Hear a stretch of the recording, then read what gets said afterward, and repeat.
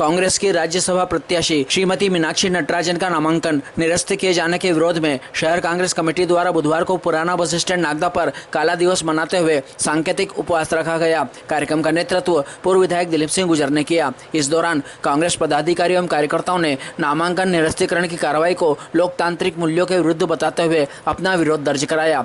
पूर्व विधायक दिलीप सिंह गुर्जर ने कहा कि मीनाक्षी नटराजन का नामांकन नियम विरुद्ध निरस्त किया जाना लोकतंत्र की हत्या है। सिर्फ कोर्ट के नोटिस के आधार पर नामांकन निरस्त करना, जबकि उनके खिलाफ कोई एफआईआर दर्ज नहीं है, ना ही कोर्ट में कोई मुकदमा दर्ज है, उसके बावजूद भी नामांकन निरस्त करना यह दर्शाता है कि भाजपा सत्ता के अहंकार में इस कदर चूर हो चुकी है कि अब उसे लोकतंत्र, संविधान और निष्पक्ष चुनावी प्रक्रिया की कोई परवाह नहीं रह गई है। राजनीतिक मुकाबले में हार का डर इतना बढ़ गया है कि विपक्ष को मैदान से बाहर करने के लिए लोकतांत्रिक संस्थाओं का दुरुपयोग किया जा रहा है। संविधान को संशोधन करने की मंशा से राज्यसभा में एन कैन प्रकरण करके अपना बहुमत जुटाने का प्रयास कर रही है। देश की स्वतंत्रता में कांग्रेस पार्टी ने लड़ाई लड़ी थी, अब लोकतांत्रिक व्यवस्था को ध्वस्त करने वाली भारतीय जनता पार्टी के खिलाफ भी कांग्रेस अपना संघर्ष जारी रखेगी। राहुल गांधी जी के नेतृत्व में भारतीय राष्ट्रीय कांग्रेस संविधान और लोकतंत्र की रक्षा के लिए सड़क से सदन तक संघर्ष करती रहेगी और आगे भी हर अलोकतांत्रिक कदम का डटकर विरोध करेगी।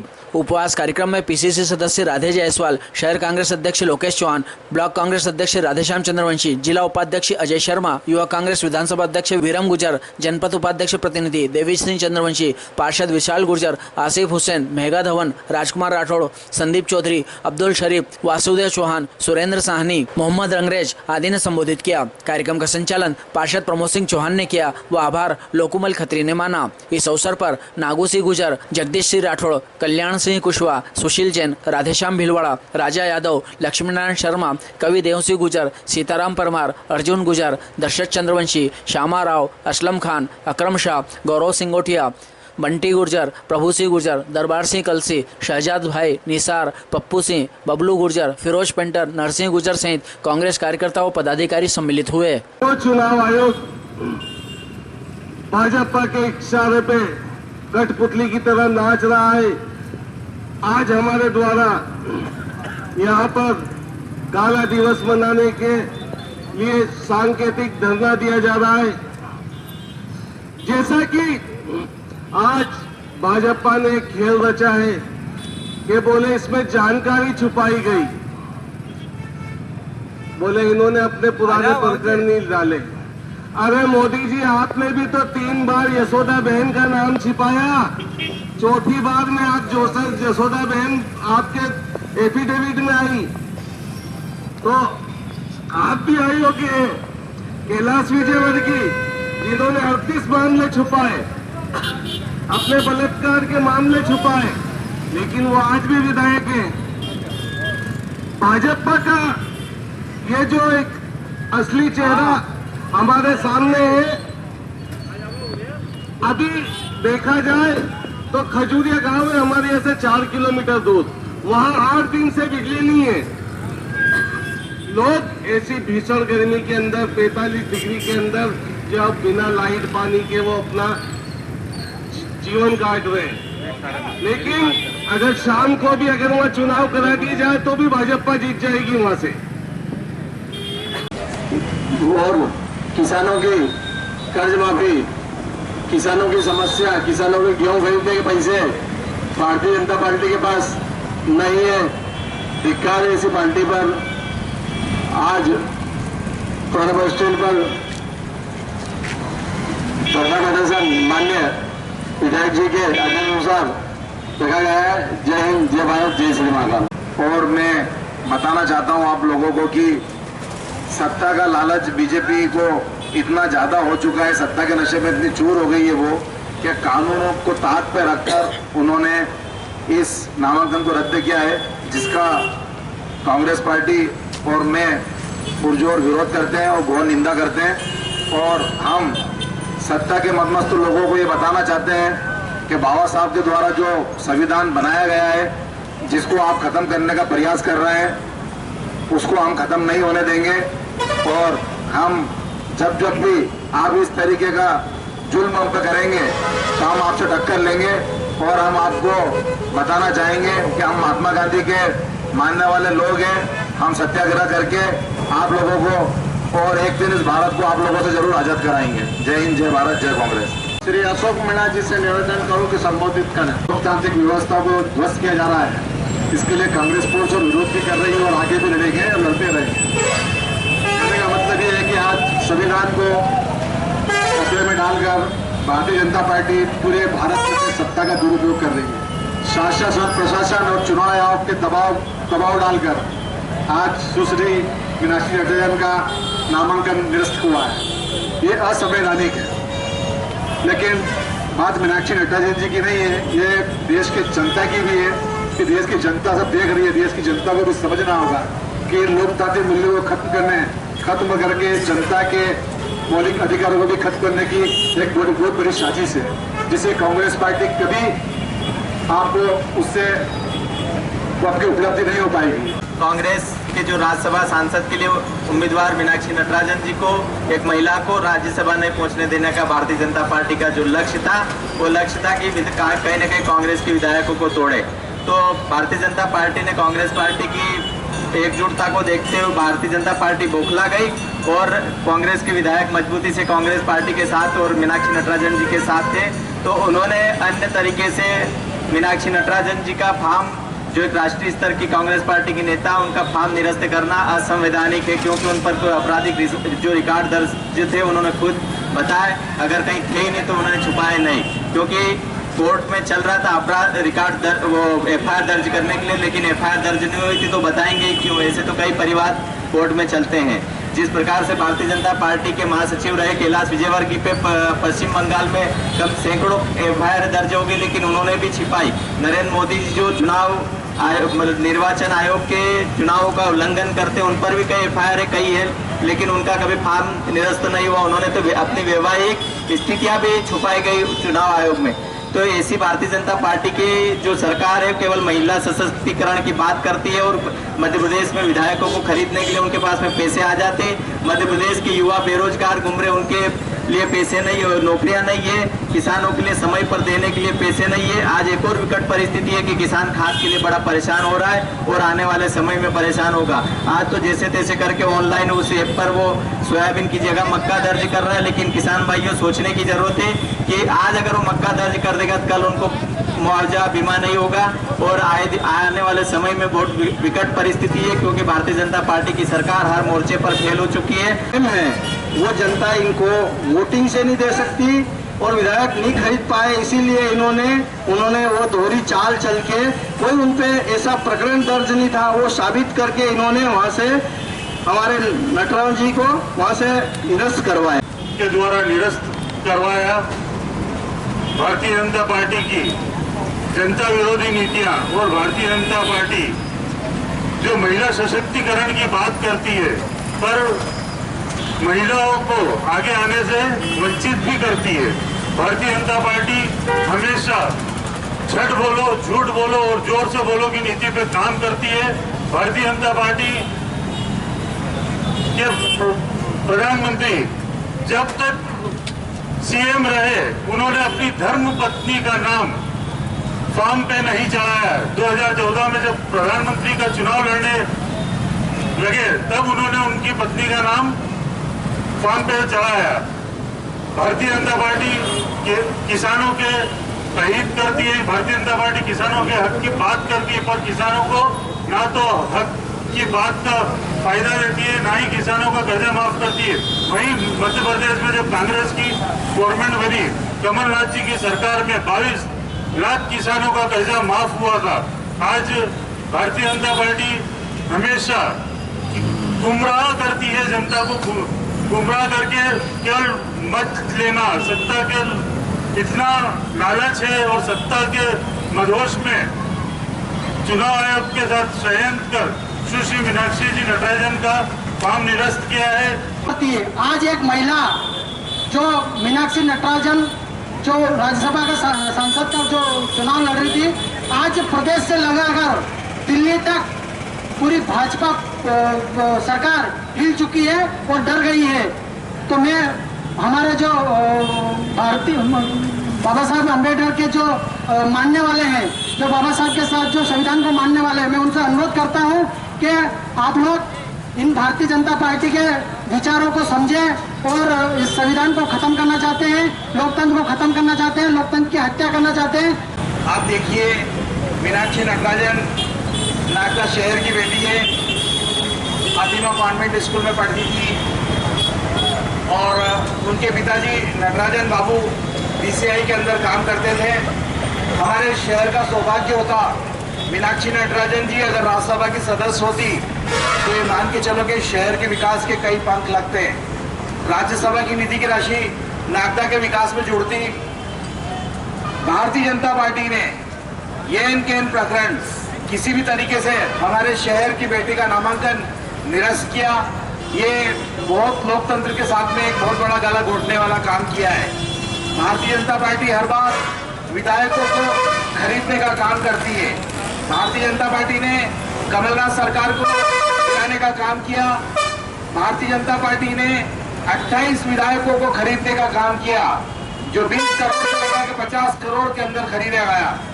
आप देखिए, हमारे क्षेत्र के जननायक दिलीप सिंह जी गुर्जर, जिनको भारतीय जनता पार्टी कमलनाथ सरकार गिराने के समय 35 करोड़ में भी नहीं खरीद पाई। ये ऐसे बिरले लोग, कांग्रेस के जाबाज लोग, जिनके कारण हम कार्यकर्ता लोग जिंदा हैं। हमारा ये कहने का मतलब है कि भारतीय जनता पार्टी के पास में 48 मत थे, उनको 58 मत चाहिए थे, लेकिन भारतीय जनता पार्टी ने हमारे विधायकों को खरीदने का काम किया। किसी को 5 करोड़, किसी को 10 करोड़, किसी को 20 करोड़ रुपए का ऑफर दिया गया, लेकिन वो संख्या बल उनके पास नहीं आया। नतीजा ये हुआ कि उन्होंने ये तरीका अपनाया कि कोई पुराना आवेदन था और किसी व्यक्ति ने थाने में उसका प्रकरण उसके अंदर लगा रखा था, लेकिन FIR दर्ज नहीं हुई थी। नाम निर्देशन पत्र दाखिल करते वक्त जितनी भी जानकारियां दी जाती है वो यथार्थ में वर्तमान परिप्रेक्ष्य में होना चाहिए। चूंकि मीनाक्षी नटराजन का नामांकन में वो फॉर्म इसलिए नहीं, वो जानकारी उन्होंने इसलिए नहीं दी कि वो प्रकरण ऑलरेडी FIR के रूप में नहीं है। ऐसी दशा में उन्होंने वो नामांकन के दौरान में वो जानकारी नहीं दी।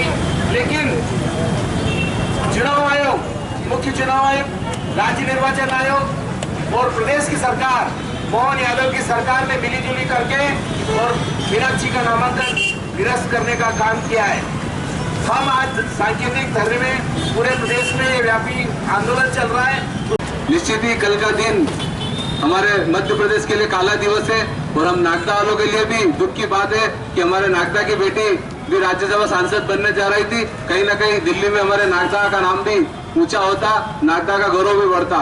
जब जब नागदा में कोई समस्या होती तो निश्चित ही हमारी सांसद मीनाक्षी जी यहाँ पर हमको राशि उपलब्ध कराती और यहाँ के लोगों को विकास में और भी 4 चांद लगते और विकास आगे बढ़ता है कांग्रेस पार्टी के माध्यम से, पार्षदों के माध्यम से।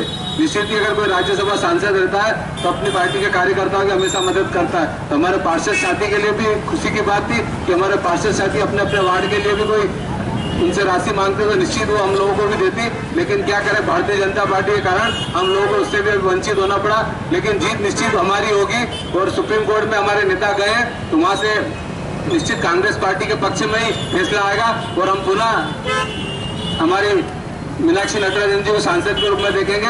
और मैं आप सभी कार्यकर्ताओं को भी बहुत बहुत धन्यवाद देता हूं कि आप यहाँ पर पधारे, उसके लिए आपका आभार, धन्यवाद। जय हिंद, जय भारत। आपसे मैं निवेदन करूंगा कि आप हम सबको संबोधित करें, उसके पहले जोरदार सब नारा लगाएंगे।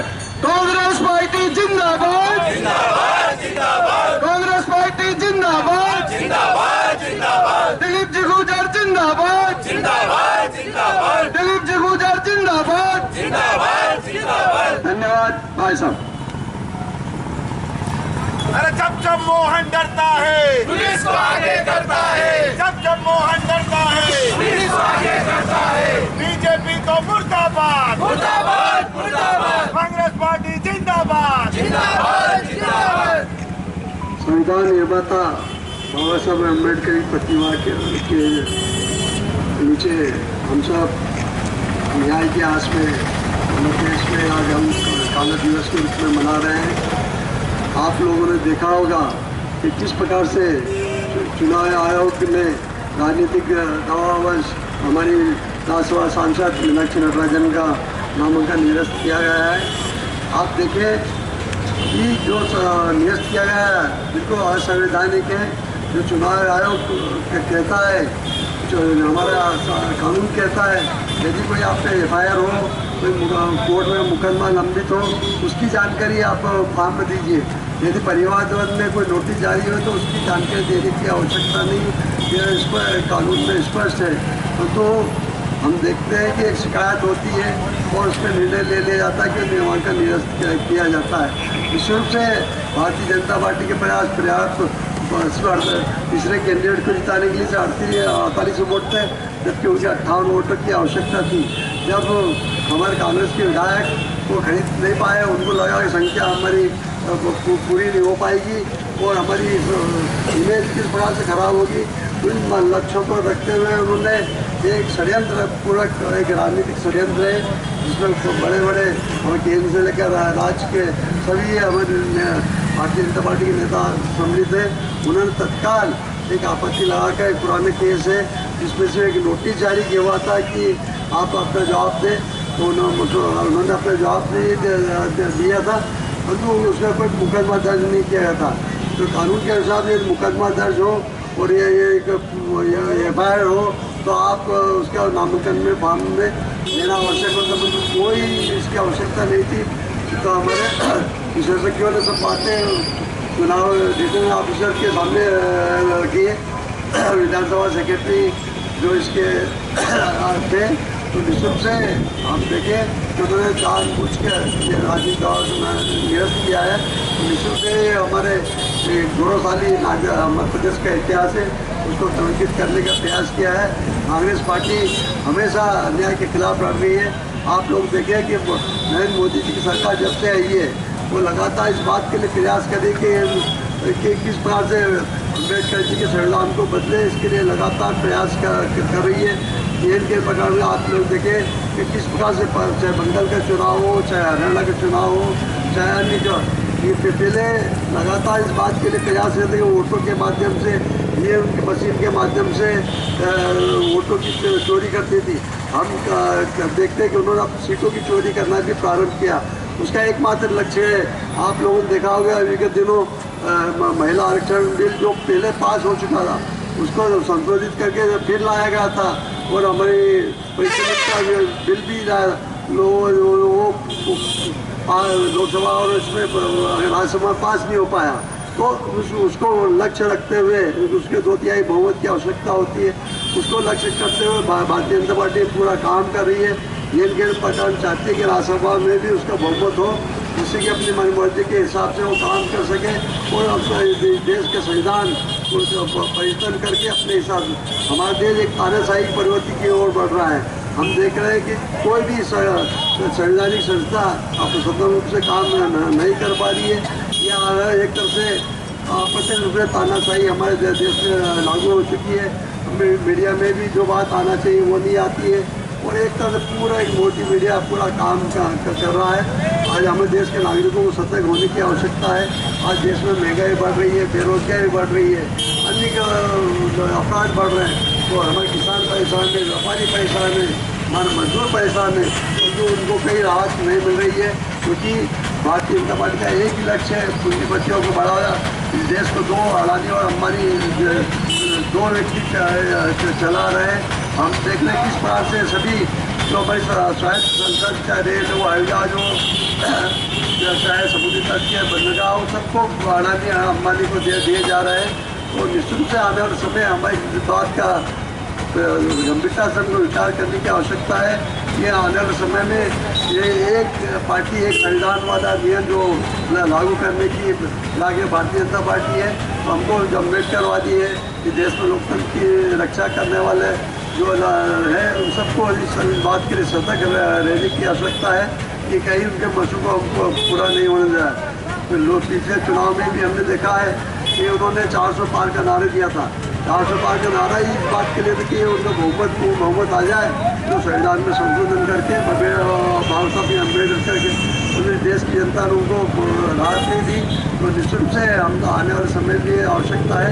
हम इसके हमारी कांग्रेस पार्टी आज चुनाव से भी उससे भी मिले और सुप्रीम कोर्ट में भी हम जाएंगे। इस लड़ाई को हम पूरी ताकत के साथ लड़ेंगे और हम इस भारतीय जनता पार्टी को बताना चाहते हैं कि देश की जनता देख रही है, प्रदेश की जनता देख रही है किस प्रकार से लोकतांत्रिक मूल्यों का ह्रास किया जा रहा है, किस प्रकार से आम जनता पर अत्याचार हो रहा है। क्या बोलने की स्वतंत्रता रही है, कोई खाने पीने की स्वतंत्रता रही है। तो निश्चित से आने वाले समय जब हम कांग्रेस पार्टी ने अंग्रेजों से देश को आज़ाद कराया, जब भारतीय जनता पार्टी के लोग अंग्रेजों के साथ काम करते थे, आज हमारी लड़ाई चोरों से हम लड़के इस देश को एक बार पुनः स्वतंत्र कराना है। एक बार पुनः आप सब लोगों का, आप सब लोगों ने जो हमारे कांग्रेस के सभी पदाधिकारियों ने जो यहाँ पे भाग लिया, उनके प्रति भी धन्यवाद देता हूँ। कांग्रेस पार्टी अरे संविधान की रक्षा कौन करेगा? हम करेंगे, हम करेंगे। संविधान की रक्षा कौन करेगा? हम करेंगे, हम करेंगे। आभार के लिए लोकमल जी खत्री साहब से निवेदन करोगे, संबोधित भी करें और आभार भी व्यक्त करें। मीनाक्षी नटराजन वो महिला है जिसने 9 बार के सांसद लक्ष्मी नारायण पांडे को हराकर संसद में गई थी। वो एक जुझारू महिला थी और भाजपा के लोगों ने जो एन पेन कर उसका फार्म निरस्त करवाए। कांग्रेस की जीत होगी। कांग्रेस के बाद 65 विधायक थे, उसको 58 की जरूरत थी। 58 के बाद 7 बच रहे थे। उनको खरीदने के चक्कर में ये भाजपा ने रणनीति, और हैदराबाद में कांग्रेस की सरकार है, वहां पर किसी व्यक्ति ने आवेदन दिया था, कोई उसके ऊपर धारा कोई केस दर्ज नहीं हुआ था मीनाक्षी के ऊपर, लेकिन चुनाव आयोग को दबाव देकर, नरेंद्र मोदी का दबाव, अमित शाह का दबाव, मोहन यादव का दबाव, तमाम भारतीय जनता पार्टी के लोगों ने दबाव देकर उसका पालन निरस्त करवाया। आज हम दिल्ली के अंदर चुनाव आयोग से भी हमारे नेता मिले और उनने, चुनाव आयोग ने आश्वासन दिया है, अगर आश्वासन के बाद अगर वो पूरा नहीं हुआ तो हम सुप्रीम कोर्ट जाएंगे, वहां पर हमारी जीत होगी और भाजपा का काला मुंह होगा। और दूसरी तरफ चाचा नेहरू ने जो काम किया है वो नरेंद्र मोदी नहीं कर सकता। जिस प्रकार से नरेंद्र मोदी का ढिंढोरा पीट रहे, मंदिरों में मस्जिदों में जा रहे हैं, ये सब ढोंगले हैं और ये भाजपा के लोग 1 नंबर के चोर है, वोट चोर है। और झूठ बोलो, जोर से बोलो, वो काम है। आज जो आपने धरने में आकर कांग्रेस का जो धरना दिया गया, उन सभी जो कार्यकर्ता है उनको मैं आभार प्रकट करता हूँ। और इसी प्रकार जब भी कांग्रेस का कोई भी आदेश हो, उस आदेश को अपना आदेश समझकर कामयाब बनाए। धन्यवाद।